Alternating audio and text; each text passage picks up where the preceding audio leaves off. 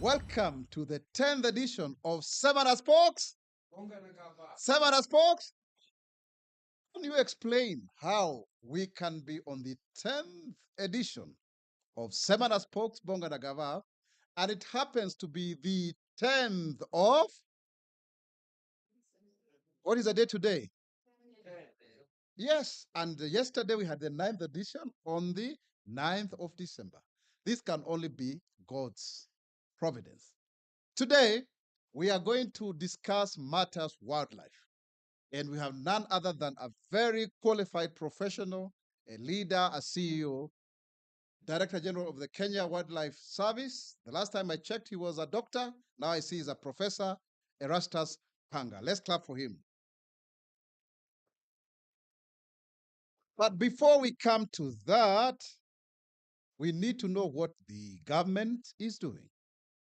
In Ngulia, Taita Taveta County, President William Ruto launched the Tsavo West Rhino Sanctuary, a powerful role model of conservation that has advanced into a national and global treasure. From 3 rhinos on 3 square kilometers 40 years ago, it has now expanded to 3,200 square kilometers, the largest in the world, providing a secure home for over 200 rhinos and attracting more tourists to Kenya. Further, President William Ruto announced the launch of the National Infrastructure Fund, targeting up to Kenya shillings 5 trillion to finance 50 mega dams, 1,000 smaller dams, roads, energy, and digital connectivity, leveraging private sector investment.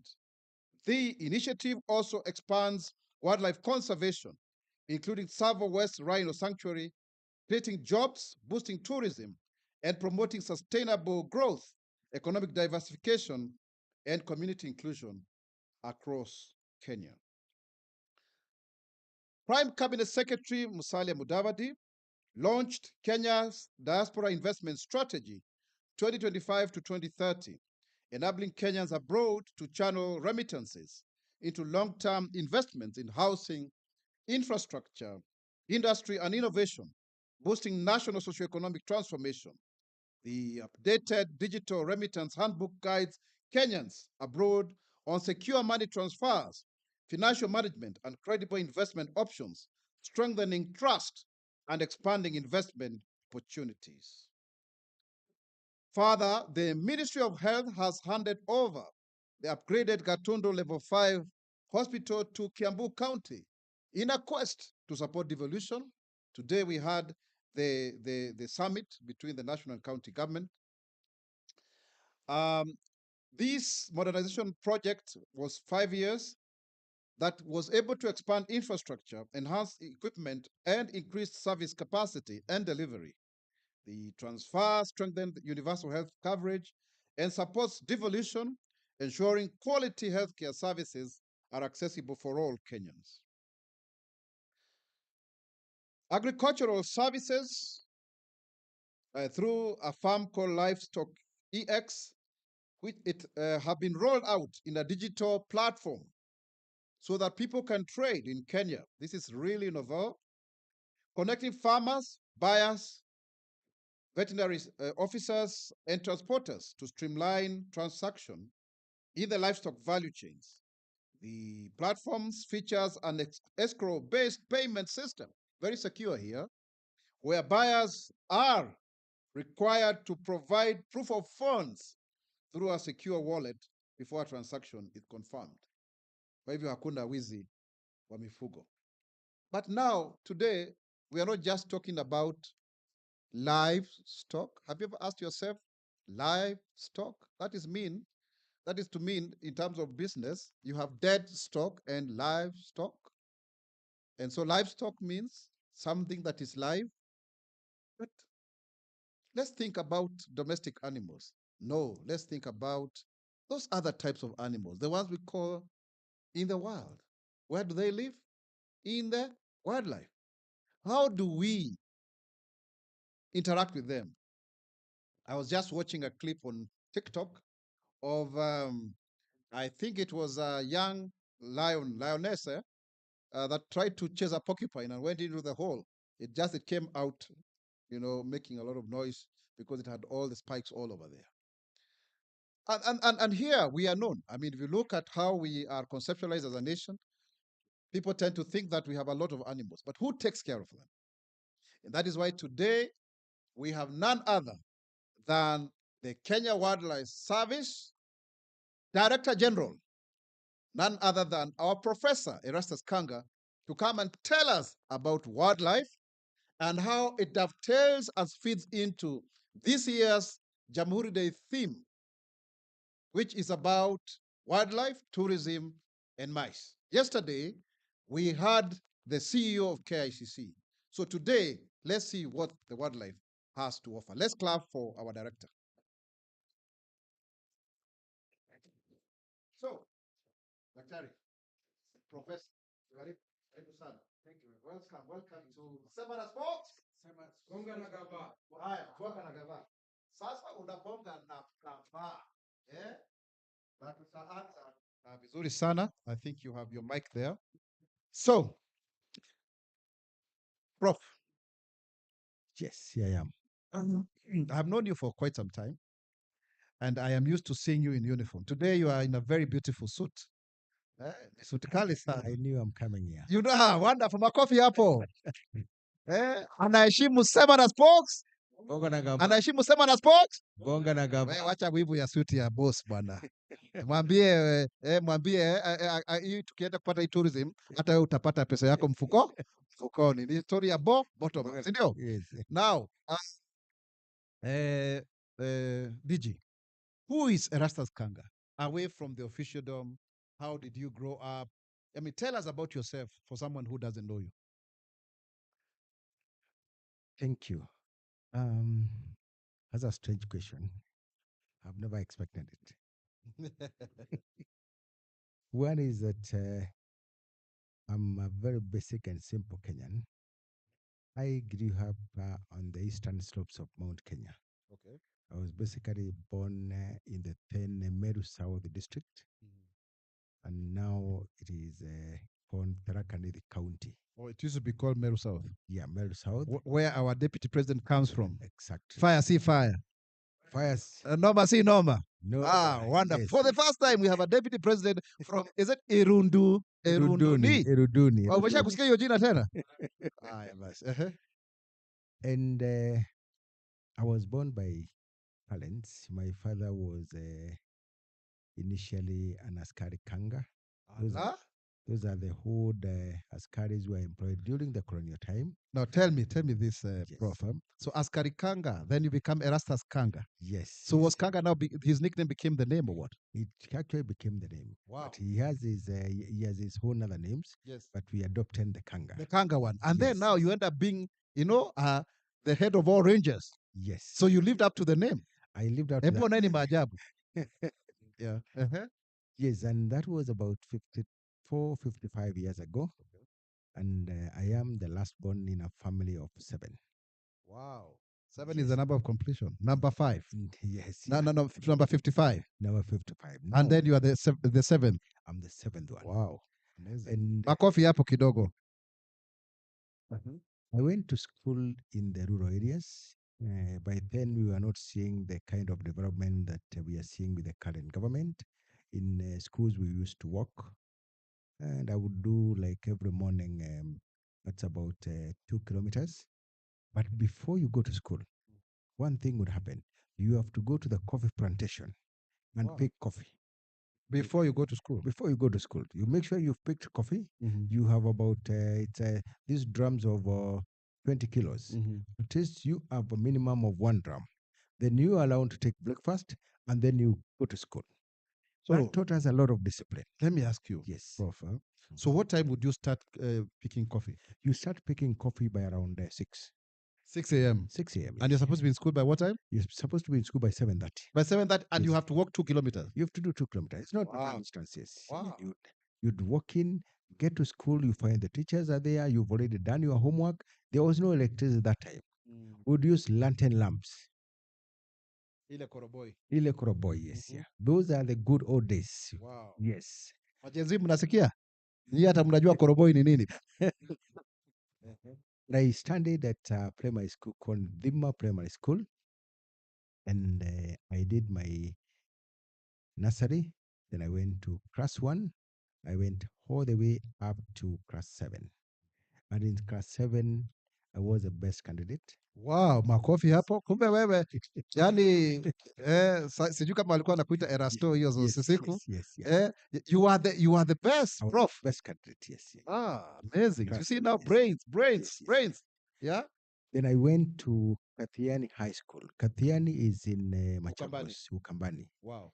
And that was a long distance from Meru. Mm-hmm. You come to Nairobi, you come to, you used to call it to the bus station, Masako. Then you take another bus, you go to Machakos, you take another bus, you go down to Kathiani. The beauty of Kathiani High School was that the chair of the board was the former General Moringe. Okay. So it was a privileged school. Oh, I see. In the first place. Yes, because of that patronage. Because of the patronage. Okay. So when there would be no food in school, we were used to be fed by the military. Wow. Which See was again very good, the effect of the military and discipline. Yes, Makofi exactly, tena hapo. yeah. The making of the DG. You see, the making of a DG of KWS. I did my Form 1, Form 2, Form 3, and Form 4 was in 1987. And again, I was the best in my class. Wow, makofi tena. Angalia hiyo. Wewe ulikuwa nambari ngapi hiyo mwaka yako ya Form 4 wewe? Wacha kuangalia chini. And in 1988, I was admitted to Chuka Boys High School. Okay. That is Form 5. Okay. And in 1989, I did Form 6. Oh, wonderful. And then after that, I was admitted to Moi University to go and do bachelor's degree in wildlife management. Oh, yeah. So I did Moi University in 1990, 91, 92. We ended a strike because of sausages. And I mean, ngoja kidogo. Yeah. Yani mligoma kwa sababu ya kutokula sausage. Tuligoma sababu ya kutokula sausage. Yeah. So you are very privileged. And imagine today ati unagoma kwa sababu ya nini? Okay. Yes, and we were out of school for 1 year because of a sausage. Yes. It was a big fight. It was actually, I think, a 5-kilometer fight with the police. So let me ask you, Prof. Yes. So hii sausage ilikuwa imewakosea namna gani? Mlinyimwa ama mlifanya nini? There was no, if I remember, there was no adequate supply. We needed the energy to go and study. Yeah. So we were out of school for 1 year. And during that time, I taught in 2 schools. I taught in Kibishoi High School in Kiambu. In Kidongori. Wonderful. And then I went to teach at Hine Secondary School in Meru. Okay. And I actually credit myself that the class that I taught, that was in Form 4, I took 1 student to university. Wow, for the first time? For the first time. Wow. Yes. Wow. And that student right now is, I think, is the county secretary for Tharaka Nithi County. See now. You know, trailblazing. Yes. Sindio? Yes, exactly. And back in school, we cleared, and I graduated in 1994. Then I joined the National Museums of Kenya in 1995. You joined the National Museums of Kenya. Oh, okay. And then at the National Museums of Kenya, yes. 1997, I started doing my master's. So already you can do something about conservation. Yeah, completely. I mean, National Museums of Kenya, that is the foundation. Yes. Where I was in the mammalogy department. Yes. I was dealing with all the mammals in this country. Wow. Taxonomy, doing mapping across the country. That is basically the little science of conservation. Yes. And then after the National Museums of Kenya, I enrolled in NAIROBI University, and I did my master's. By 2000, I cleared my master's. Wow. And exactly when I cleared my master's, I immediately joined Kenya Wildlife Service in December 2000. Okay. So basically, I have done 20, now I'm doing 24 years at the Kenya Wildlife Service. Makofi kabisa. In fact, there is one of my secretaries ameniambia mko nafanya kazi na yeye hapo. Exactly. Anaitwa Catherine.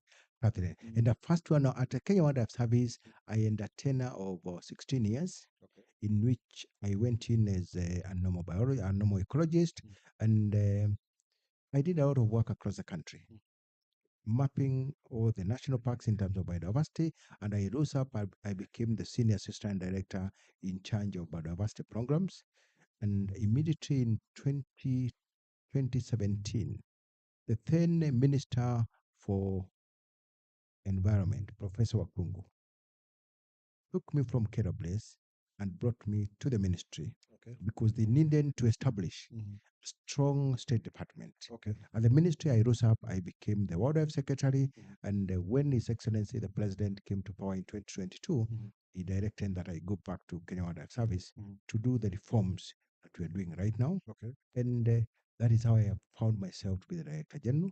And for starters, I am married, Mhm. and, Oh, okay. and I am a father of 4 children. Hapo mmesikia wale mko masingo. Yes. Hakuna chance hapo. In fact, mimi sijauliza hilo swali. Ndiye amefanya nini? Amesema. Ehe. And Bavo, I'm a very proud Kenyan. Makofi. Wewe ni Mkenya mzalendo. Very proud Kenyan. I think that's a very good history. Sindio? Now let's come to KWS. You have been a secretary in the State Department. You rose, I'm sure you rose through director secretary. For those who don't understand, secretary is just below the PS, you know, and now you are the DG. The president found it fit for you to go and reform this institution.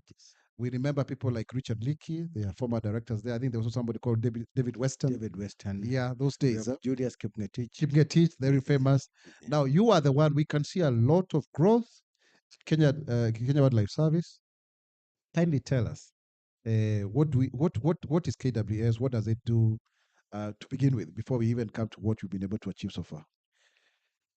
Basically, Kenya Wildlife Service is a state corporation which was established in 1989. And Kenya Wildlife Service was established in response to one element that is so serious in this country because of corruption. Corruption that had invested the then, we call it the Department of Wildlife and WCMD, was such that poaching in this country had gotten out of hand. We had, by the 1970s, we had about 160,000 elephants. They had been disseminated, and ivory was being sold everywhere, and the population crashed to below 16,000 across the country. The rhino population, we had more than 20,000 rhinos in the 1970s. They had been pushed, and we were counting in the 1989 less than 400 rhinos in this country. That is when there was an outcry, and KWS was established then to deal with the poaching crisis. But above that, after the review of the Act, the mandate was winded, and the mandate was to basically conserve wildlife across the country, manage parks and reserves, sanctuaries, and above all, provide security and do anti-poaching work. Yeah. So it's a very big mandate. It's a huge mandate, Yes. and it basically overlaps with very many other sectors. Okay. And you'd find us doing implementing other security organs across the country. We are in every county. We are the only institution actually that is in every county in this country. That is to mean, other than the Ambassador that was handed over and some few others, you are able to manage quite a number of parks. We manage, my colleagues can remind me, 24 national parks. We have 8 sanctuaries. And I think we have like 6 or so reserves that we manage. But then we have another 33 national reserves that are under the county government system. Okay. They are managed by the counties. The role of KWS is to provide management guidance to go there and do enforcement of the laws and ensure that there is no poaching that is happening there. Okay. Yes. So that's quite a huge establishment to be in charge of. I remember, finding you in Naivasha, Twende Vasha, during the Safari Rally. Yes. And that whole, where we do the rally, is it part also of the conservancy, the reserve? That is Hell's Gate National Park. Okay. A very important asset for this country. Hell's Gate National Park, that is where we used to have the endangered vultures. Right now, the key thing about Hell's Gate National Park, that is where we are generating our geothermal power. And geothermal is the most clean energy that you can have. And most of our geothermal now is in Hell's Gate, and part of it is in, I think, which is this crater? We have others we have others in Suswa, is and Menengai crater, but majority of our geothermal is from the park. Is here. So therefore, that is to mean that. So why do you usually choose it for the safari rally? Well, basically, that was identified because it has flat lagged places and the circuits are clearer and it is more safer for the guys who are doing safari. And Hell's Gate is actually one side of the safari rally. We have the Kidong Lunch, we have the Soy Sambu and other lunches there, where by the time they come to Hell's Gate, they've done some other wraps around this year. Okay. Yes. So now let's come to your tenure as a DG. Yes. What have you been able to do? The president gave you an opportunity to go and do reforms. So what have you been able to do so far to just change the whole issue of conservation? Because we can see the tourism numbers have gone up. Of course, as I may have informed the people when I was speaking, we now have the rhinos and all of that. So what have you been able to do? Well, over the last 3 years, when we look back as Kenya Wildlife Service, we can only see transformation. It's a huge transformation that we've done in that institution.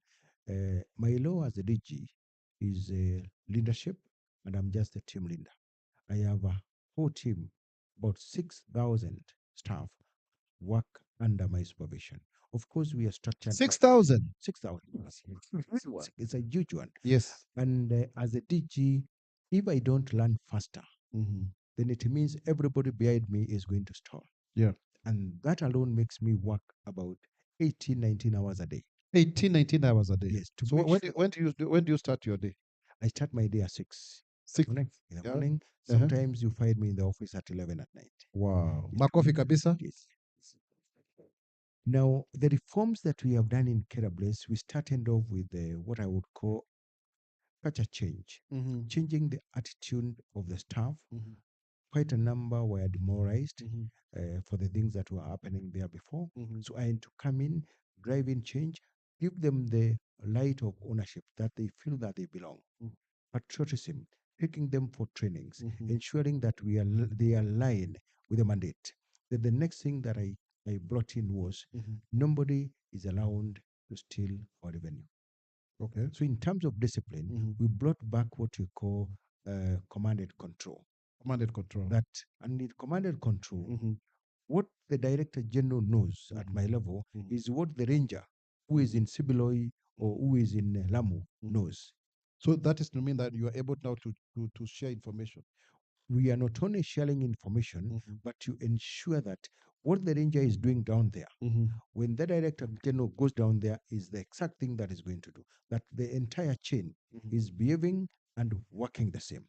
So tell me, I'm interested in two things. Yes. First, you said you promoted patriotism, Yes. Uzalendo, which Yes. my office is doing the Uzalendo, campaign. Yes. We have actually been able to go to over 70,000 kids in 231 schools in 34 counties and counting so far. So how did you instill that sense of patriotism? And further, this chain of command where, because people in government tend to work in silos, how were you able to fight that so that you don't get to that? Now, number one, in terms of Uzalendo, we enlisted speakers from out. We have our other sister security institutions, and we have people there who are good lecturers and teachers. We have the Kenya School of Government. I made sure that we had a couple of discussions at the headquarters, just for people to come in and say, when you serve government, you serve it by the whole of yourself. You no longer belong to yourself. You are servant of the government. And normally, even if you read the Bible, blessed are those who serve their kings. Yes. And when you defy your government, then patriotism goes out here. And issues to do with confidentiality, issues to make sure that the interest of the government comes before your interest. We were able to reshape, we were able to move around the entire country, and we had all these discussions, and then we started seeing that people are now aligned. And then number one, everybody becomes their own brothers or sisters keeper. Very That good. if the next staff is making a mistake, you don't wait until they fall on the pit. You pull them out and you tell them this is not the right thing to do. To steal revenue is not a good thing. Otherwise, I am going to tell you to our supervisor. Then after that, then we moved in now into what I would call command and control. That every commander, everybody who is below me is given a responsibility to manage their smaller team. Every director as a few deputy directors that are below them. So you used the Moses principle, Yes. the one that he was told by his father-in-law, Yeah. that you can't deal. You manage 10 people, put in charge people of 10, 100, 1,000 that way. Exactly. But you deal with a bigger problem. Yes, exactly. That, how we are structured in smaller units of actually, we call them sections. We are structured in sections of about 11 teams here. That way we grow up until you get into a company of about 100 and 130, 120 in the main years here. Wonderful. Now, Yes. let's now come to this year's theme of the whole issue about the mice, wildlife, and tourism. This Jamhuri Day. First and foremost, tell us the bigger picture of wildlife globally. Then we come to Kenya. What is the role of Kenya, and how does it feed into tourism and mice? And also what have we been able to see in terms of the recent trends in the last 3 years since we came into this government of the fifth administration? Number one, globally, if you look at wildlife or what we call natural resources, these are the resources that are able to bring people together. And when people talk about nature, they transcend, they are able to break even political boundaries. They are able to break tribal boundaries. Okay. They come together and talk about nature. That is how significant and important wildlife is. When we come to this country, majority of people don't realize that the wildlife that we conserve, the parks that we manage, they are a crown puller. These are the places that are the brand Kenya. They are the places that when you go out there and you say you're from Kenya, everybody will look at you and they'll ask you two questions. Are you the ones that are conserving elephants, the rhinos and the giraffes? The next question would be, do you come from that tribe that is very good in running? So the two things that Kenyans are known for is wildlife and threats. So now, before we come to that, because I want us to delve into that matter when we take a break, let's first go back to KWS. Yes. Because fraction is part of a whole. You are established to deal with the issue of wildlife. I think it should not be fair for me to ask you if you can give us and take your time because you have about 4 minutes or so, or thereabout. What have you been able to achieve, you under your tenure, for the country? Good. 4 or 5 things, or even more, you are told? In terms of wildlife, number one is the transformation reforms. We've been able to develop a strategic plan that is giving some direction into what we need to do. That is very transformative. The strategic plan, we were able to launch it in 2024, and it will run all the way up to 2028. That is one key thing because you cannot have an institution working without a strategic document here. That is the way we are organized. Then number two, we've been able to stabilize our revenues. But before you come to revenues, we've been able to do enough marketing, both locally and internationally, to shoot the number of the visitors from, I think it was 2.4, the current, I think, 3.6 visitors. Makofi. Yes. Actually, it used to be 1.48. Yes. 1.48 Yes. international International, arrivals. Yeah. exactly. Yes, yeah. Now, from there, now revenue comes in. Yeah. Now, the key important thing in terms of discipline and order, it means that if revenue is coming in and you have a discipline in the system, you cannot count it. It will leak out here. So we sealed all the leakages and our revenue are short. One thing that we did under the e-citizen, and I would want to tell the public that the e-citizen came in at the right moment. It is a savior and it has boosted government revenue. We have felt it at KWS. The e-citizen mean that we were able to net additional more revenue stream. We were able to protect our revenue. And I can tell you, Mheshimiwa Mwaura, from 2022, when the revenue for KWS was 4 billion. Yes. 2023, when I was in, I shot that revenue 5.3 billion. 2024, I shot the revenue to 7.6 billion. This 2025, we closed our revenue with 7.98 billion. Makofi. Yes. Makofi. That is actually doubling. It is Doubling. doubling the revenue. Makofi tena. Exactly. Now, DG, let's go for a break right now, and then we'll be back in a moment. Makofi tena, Steen Kipidia, Sema na Spox. Bonga na Gava. Sema na Spox. Bonga na Gava. Sema na Spox. Bonga na Gava. Hapo.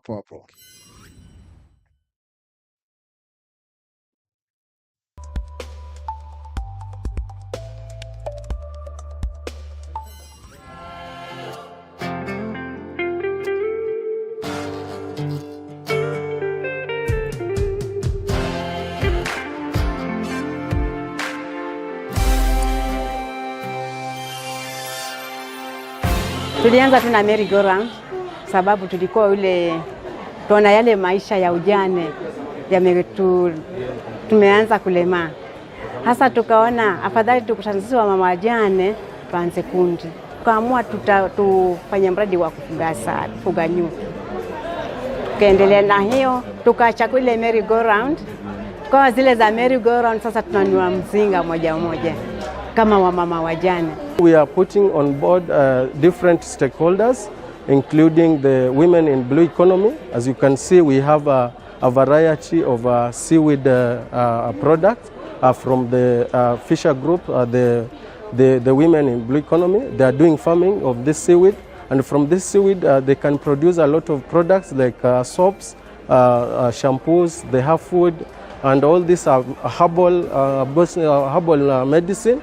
And they are very natural for nourishment of the faces and the skin at a whole. Tukaendelea na hao watu wa KEMSED, tukaandika proposal, tukapata pesa. Tukaomba pesa 3 million. Tukapata hiyo pesa, tukanunua mizinga. Tukaletewa mizinga 90. Sasa tukawa tushapata yale malengo yetu au ile ndoto yetu ishatimia. Tumeanza kuvuna sasa. As for blue economy and the interaction with MSMEs, we all know that BMU, especially what we call beach management units, or any activity around the blue economy, including selling of fish, any outlets, those are MSMEs. And as long as you have such groups that are organized economic activities, then such activities, especially that deal with any activity that promotes, that builds the economy of the people at the bottom of the economic pyramid, is an activity that is under the State Department for MSME. There is something called within the circle within the county. So that circle, if that circle is there within the county, at least can even assist or support the beach management unit or fishermen within the beach to assist us. So those groups that we have within the beach help people. Number one, for if you see the sector of Omena, they also provide, they have merry-go-round. That merry-go-round bring some rotating amount that comes within the people. They also pay the school fee for even some old people that cannot even able to pay the school fee. The fund in itself is accessible to all. It doesn't have any limitation. The fund is purely online. Anybody can access it as long as you have a phone and as long as you are above 18. That's the criteria to access the fund. So it's online. You just go to *254# and then it's going to lead you as you access the money. Sema na Spox. Now, DG, when we took the break, you were telling us what you've been able to do. Please, you can continue enumerating. And by the way, we are very impressed. You are a true patriot. When in Kenya mzalendo kweli. Doubling the revenues of KWS within 3 years is absolutely amazing. Makofi tena kwa DG. Thanks. Which are the other achievements that you've been able to do? The other achievement that we've done is that we have increased the bed capacity. Increasing the bed capacity from a low of 1,800 and our target is 8,000. We have done a couple of things. One is we have been able to identify and give out about 15 sites for hotel constructions. Now we are in the second phase where we are giving out another 12. And that means we are providing for business, for people to come and invest in this country. That means we are already providing for jobs. We are bringing in the much needed foreign revenue, and we are encouraging livelihood communities. Makofi hapo kabisa. So that is to me now, if these are mega investments in hotel. These are 12 of them. ecologies, yes, Yeah. ecologies, and we are moving on. Where are they located, the 12? They're located across the country. The 12 ones are located. We have 2 in Nairobi National Park. We have 1 in Amboseli. I think we have about 2 or 3 in the Savos. We have 2 in Aberdares National Park, and we have 2 in Meru National Park and 1 in Kolan National Park. They are spread around, and this way we want to decongest Masai Mara to ensure that we are able to distribute visitors across the country. So DG, one would ask, so what is the linkage between KWS and the growth of tourism? The linkage between KWS and the growth of tourism And MICE as well, yes. and MICE is that we are the managers of the product. If the surveys that we've been doing in this country, asking the tourists to come in, why they come here, 75% consistently every year, they say they come here for game viewing.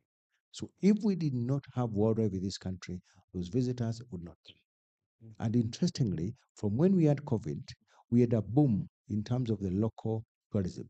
These Kenyans are visiting the parks in a big way. Last year, when we closed in, I think we had about 2.4 million Kenyans who visited our parks. 2.4 million. Exactly. So Kenyans are actually going to see Kenyans their are own actually game, yeah. coming to see our national parks, and that is simply because we have been doing a lot of marketing. So the connection there is that without the wildlife product, tourism in this country would actually be performing below average, yes. In terms of MICE, majority of our MICE establishment here, talk of the KICC, talk of the mega hotels here that have meeting rooms, and now the president has approved, and we are seeing the Bomas of Kenya coming up. BICC. Exactly. Majority of the visitors who would come here for MICE, a lot of them, the organizers, are attracted by the tourism product that we have. They come, they do their conferences, but at the same time, they want to do their safari tours, yes. Okay. So we are at the center of the growth of tourism in this country. That's quite wonderful. Now, Yes, yeah. there is always this whole issue of human-wildlife conflict. And even before we come to that, maybe you can answer that also. We saw Kenyans complaining about a sick lion. It was trending, all of that. So talk about the lion and how you make sure that they are okay, and also the issue of human-wildlife conflict. Yeah. The sick lion, which I would give it the narrative of the love that Kenyans have for their wildlife. You know, something that really makes us so excited is that when you touch an animal in this country, the kind of reaction that you get from the Kenyans, then you realize they own, they believe, and they trust. They basically feel the pain of that animal. This is an animal that was a bit aged. The male, it was a male lion that lived his entire life. Ni shosho. It's actually an elderly lion. Okay. And it was suffering from a spine disease.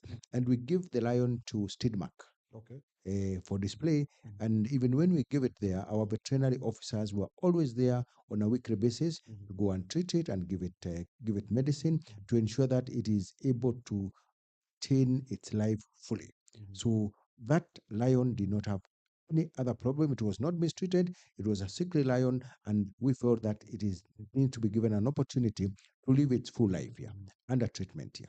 And we thank the Kenyans for the love that they shown for that lion. But we are confident, and we are telling them that we were actually taking care of that lion. We knew of the condition. The lion was not being mistreated. It was under one of the best care. Okay, let's come to the issue of human-wildlife conflict.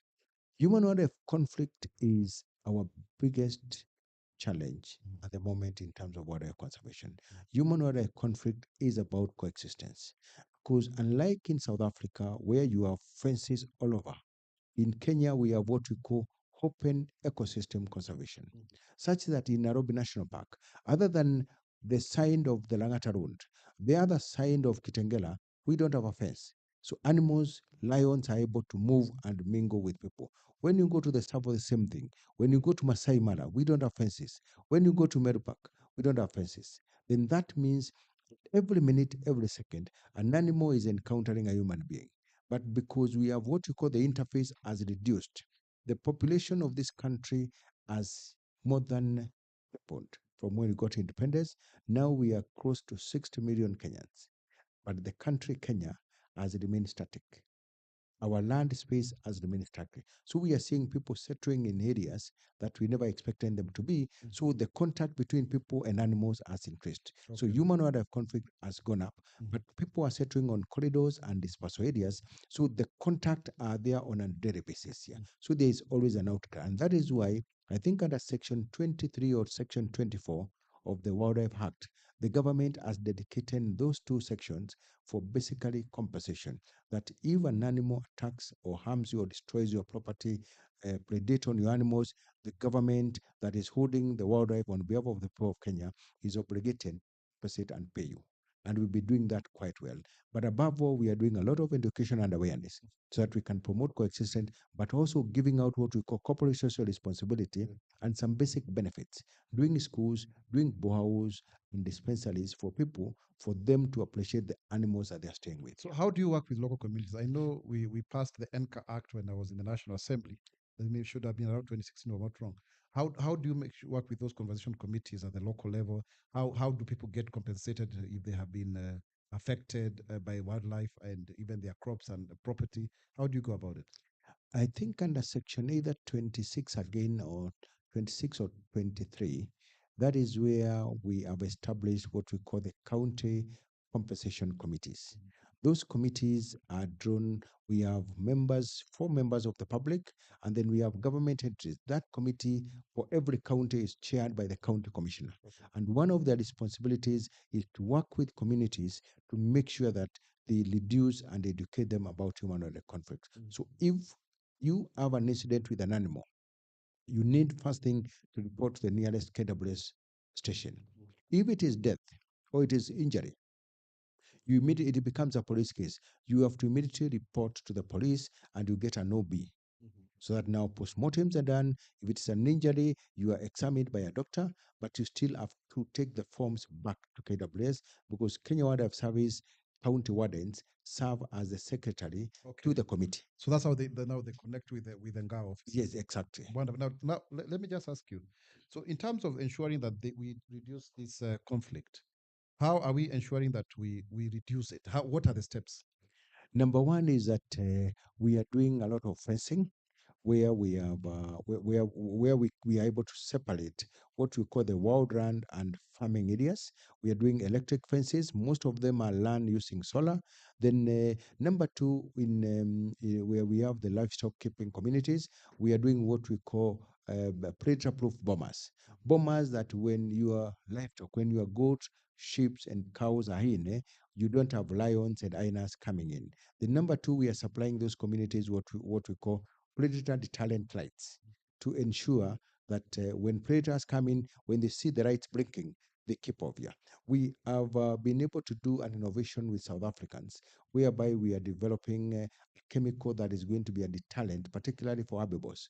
Where when you spray the chemical outside your farm, when the elephants come, they get repelled. If the zebras come, they cannot be able to feed beyond that line. Yeah. So we are innovating day by day. Well, actually, picking from there, so you can maybe go further and tell us what type of technologies are you using to ensure that you improve wildlife conservation and also to reduce that human wildlife conflict? Because you already told us about the chemical, the lights. What else do you have in place? Number one is that in terms of technology, we've been putting in satellite collars, particularly to elephants that are wandering around. And then we have this system whereby you do a geo fence. That if you know that is we call them the crop raiding elephants. The moment it gets out of your geo map or your geo fence, it triggers an alarm to our command and control, and our teams are able to respond. We have a fleet of more than 18 aircraft that are flying all over and pushing animals. Makofi hapo. Exactly, is, yeah. Machopa. Choppers. Now we've been able to acquire drones Okay. to be able to move in and push in elephants and any other animals that would. How do the drones push in the elephant? You know, the noise from the drone is such that when the elephants hear that whizzing sound, sometimes they imagine it could be bees, yes. But the next technology that we are getting with our friends in Poland is that we want to develop what we call the chili thunders, that the drones can be able to deliver chilies to a crop breeding elephant hunt. That the moment the chili bomb breaks into the elephants, they get back into the packs. So, DG, you really have a lot of knowledge. Tumpigie makofi tena. I mean, we can listen to you the whole day. Two things quickly, maybe in less than a minute. How have you been able to translocate, to transport, to transfer, to relocate elephants? I think there was a time you did 50 elephants or something like that. And of course, how are you, taking care of endangered species other than the rhino that we talked about? But in a nutshell, you can tell us about that that's relocation and also, yeah. Number one is that at the Kenya Wildlife Service, we have one of the best veterinary team in Africa. We are celebrated. The South Africans are coming to learn from us. Last 2 years, we've been able to do groundbreaking translocations in a period of less than 40 days, 30 days. We were able to translocate more than 53 elephants from Moya to HARAMBEE National Park. Then after that, we've been able to translocate and restock with more than 45 rhinos, and these are very sensitive animals, yes. Then you've seen when Kidong is getting subdivided, our teams are there moving giraffes, making sure that any animal that is threatened, they're able to move it. We've been able to acquire new technology, new trucks, new equipment, and they're not cheap, they're quite expensive, that we've not bought over the last 40 years. Over the last 20 years, we've been able to acquire new equipment that are helping our teams be able to move very faster. We are modernizing those equipment. We are moving from the highly mechanical to electrical systems. Yes, yeah. And across the country, where we have any animal under stress, where we have people putting in an outcry, our teams are able to move in, fly in with helicopters, and capture those animals and take them to safety. We are redistributing animals within all the parks. Makofi kabisa. Yeah. I mean, we have a lot of questions like how you're empowering the youth and all of that. But let me now go to this other side because also this is a very good audience. Let's have the first 5 questions. Please go straight to the point. Say your name, where you come from, and then you give us the question. Then after that, we also take another few questions from our online, audiences. Okay, thank you, Mr. DG. My name is Mark Autai. I'm from Busia County, Amagoro. My question is,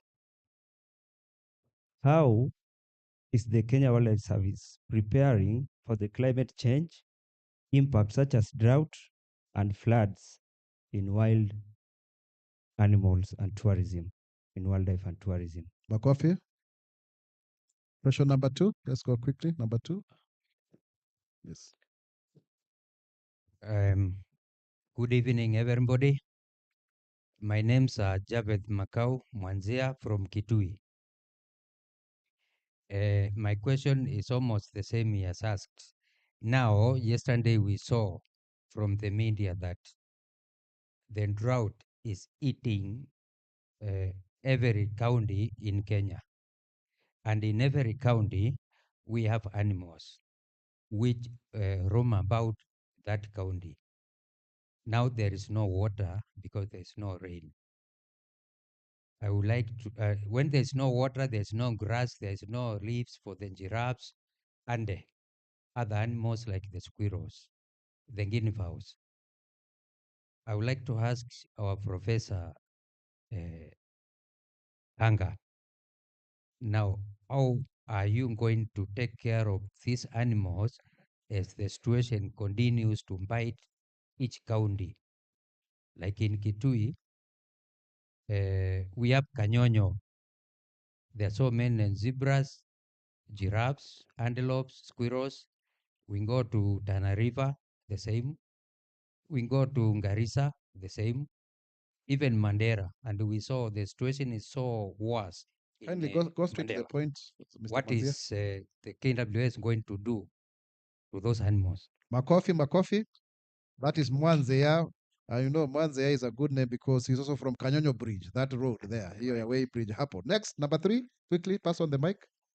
And please also, let's have ladies. There are too many men asking the question. Then number 4 should be a lady. Go ahead. Hello, everyone. My name is Henry Buru from Kiabu County. Ruiru sub-county. Oh, you are from Mr. Roiro. Moi, yeah. I am the Mudongo wa Roiro. Mr. Okay, thank you. Mm. Mine is Where do you come from in Roiro? Getabaya. Getabaya. Eh. Oh, okay, asante sana. Mine is a simple question. So now about a man, since the government give to the Aposeri, to the county of Kajiado. Now, Bwana DG, how are you going to sustain your budget? And Aposeri, it was one of the key for the revenue to the KWS. That's all. Makofi. Next question quickly. Let's have a lady, please. Pass on the mic. Okay. Good evening, everybody. My name is Wafula Lea. Please be louder. My name is Wafula Lea from Transoya, Kitale. My question is, how can the government educate tourists to be responsible travelers and advocate for conservation? Makofi. Now let's move to the next side. We hear from the online viewers and followers. Yes, let's hear from Facebook, TikTok, and all those. Good. Let's pass on the mic quickly.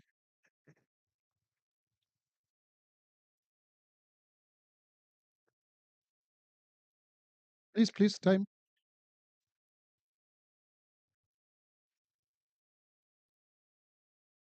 We have received a number of questions from Kenyans on our online platforms directed to the Director General. Unaweza kuuza kwa Kiswahili ama itakukanganya kidogo?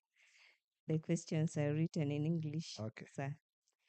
These questions have been directed to the Director General, Professor Erastus Kanga, and these are the key concerns raised by citizens seeking clarity and guidance from the DG. The first question, what should I do if I encounter wildlife near my home or farm? That is Joseph Ole Leipte from Narok County from platform X.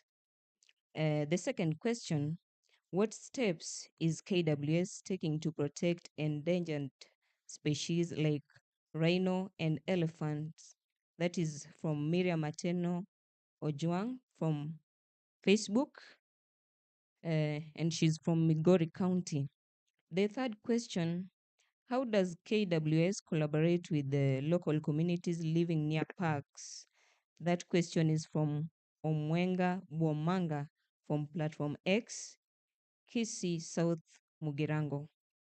And the fourth question, how do I apply to become a KWS ranger and what are the requirements? That is Kimodo Martin Gidinji from Facebook, Nyeri Mkurueni. The fifth question, what are pets like tortoise, parrots, exotic snakes, or dangerous breeds of dogs allowed under KWS rules? And what measures have been put to ensure that these dangerous breeds of dogs that are kept as pets don't become a threat to neighbors? That is Amina Wamama from TikTok. The last question, we have monkeys encroaching into homesteads in Kisumu.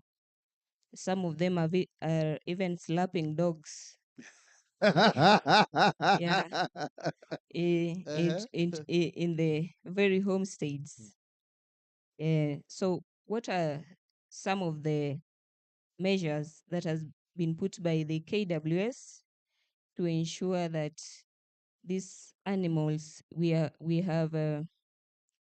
separated these animals from encroaching even into the farms? Okay, Thank you. Makofi. So, DG, you have actually 3 minutes, 3 to 4 minutes to answer all those. Are they 16? How many questions are those? We had 6 from the online and the other 5. So about 11. Maybe very briefly, each one of them, so that we are able to. In 3 minutes. Is that right? Yes. In 3 to 4 minutes at most. 3 to 4 minutes. Yes. I'll start from Mark. How is KWS preparing climate change impact for climate change impact, floods and drought? What I would say is that KWS is a climate-centric organization. because we are dealing with natural resources, we are dealing with some of the dry land areas. So we are doing a lot of tree planting, and we are doing a lot of what we call habitat restoration across all the areas, in the areas that are declared.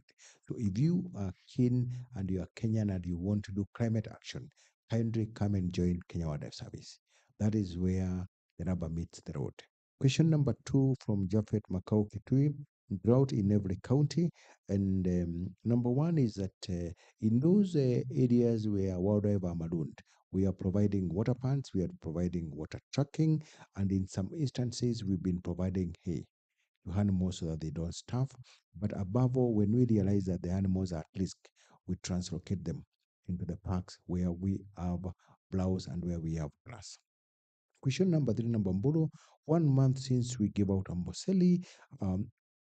Amboseli was basically is a national park, and it is within the national government system. So the arrangements are such that the national treasury is complementing. There is no gap in terms of provision of the money. The money is actually from the left, from the right, what to call it, the right pocket, to the left pocket. But it is all government money. So all of our operations are taken care of here. Wafula in Kitale: how can the government educate tourists to be responsible? We have a very strong team of customer care that are able to interact with our tourists, and we also have brochures. We have park rules and regulations that we give to the visitors who come to our park to ensure that they are able to follow those laws. Then online: what should I do if I encounter an animal in my home or my farm? You don't confront an animal, you report to the nearest Kenya Wildlife Station so that you can be assisted, so that you don't get by an animal. What steps is KWS taking to protect endangered species like rhinos? Like what you saw yesterday when we were in Nguria, we have been doing a lot of species recovery plan, not just for rhinos. We have one for elephants, we have a recovery plan for giraffes, we have a recovery plan for pangolins, we even have recovery plan for vultures. And those recovery plans, they provide a roadmap and descriptions of what we need to do as a country to make sure that the endangered species are able to recover. How does KWS collaborate with local communities? We are actually a community-centric or community-interested institution. Number 1, we are the pioneers and the creators of community conservancies. Right now, from when we started the community conservancy movement, we have more than 260 community conservancies in this country, covering areas that are larger than the parks and the reserves. And we are organizing communities to ensure that communities are able to get benefits and they are able to get returns from the wildlife that we have. And we have a very strong community department at the Kenya Wildlife Service. How do I apply to become a ranger? To become a ranger, you have to wait until there is an opportunity for employment and advertisements are done, and then you come and you get recruited. However, if you are beyond the age of being a ranger, we have what we call community scouts that are normally employed the local levels, and those are the scouts that are able to support us to do additional more things like HWC mitigations. But over and above that, we also have what we call honorary wardens. We are able to recruit honorary wardens. If you're interested to work with Kenya Wildlife Service, you can apply to become an honorary warden, and you tell us the skills that you have, the resources that you have, and we will deploy you in one of the 8 conservation areas that you have. You go and assist the people that are on the ground. Monkeys that are slapping dogs. Oh, interesting. Yes, yeah. Especially in Kisumu, isn't it? Yes, yeah. Not any other place, in Kisumu. In Kisumu, yes, yeah. And I also know we have a lot of monkeys in Mulanga. What we do is that if you have, they are more or less like farming. If you have a problem with monkeys, report to KWS. We'll come with traps. We'll come with we'll come and disperse them. We'll trap the male ones that are the dominant ones, and we'll take them away. So don't attempt to kill an animal yourself. Report to the nearest police station, report to the KWS, and we'll come and we are going to assist you. So Thank now, DG, it's very well answered questions. Because of time, maybe you can give us your closing remarks. My closing remark is simple, that wildlife is so important in this country. And I want to break it in the very simple narrative of where we say 10% of our GDP is supported by tourism. What that basically means in terms of the money, pesa mfukoni, it means if you have 100 shillings, 10 shillings out of 100 is because of tourism and wildlife sector. Now you break it down next. We are saying that 75% of the visitors who come to this country, they come for game viewing. So it means out of that 10 shillings that you are having because of tourism and wildlife, 7 shillings and 50 cents is because of wildlife viewing. So now if you go back into the bigger picture, that in every 100 shillings that you have, 7 shillings and 50 cents is because of wildlife. That is more how important wildlife is. And my message to the Kenyans is that mkunje tutunze pamoja.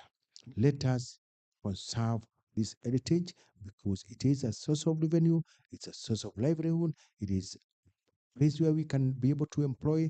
And I can tell you for sure, we have shown that even in the bottom-up transformation agenda, the wildlife and tourism sector is the best place where you can have quick returns.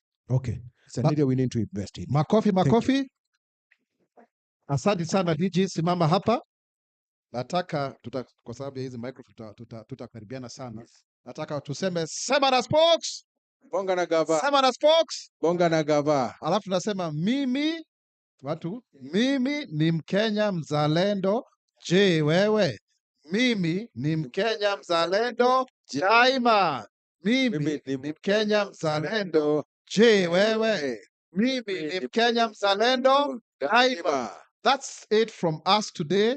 Sema na Spox 10th edition from Spox Media Center at the Harambee House Annex. Until we see you tomorrow when we'll have another special guest. Alamsiki, tuwe wa Kenya wazalendo. Makofi. Thank you.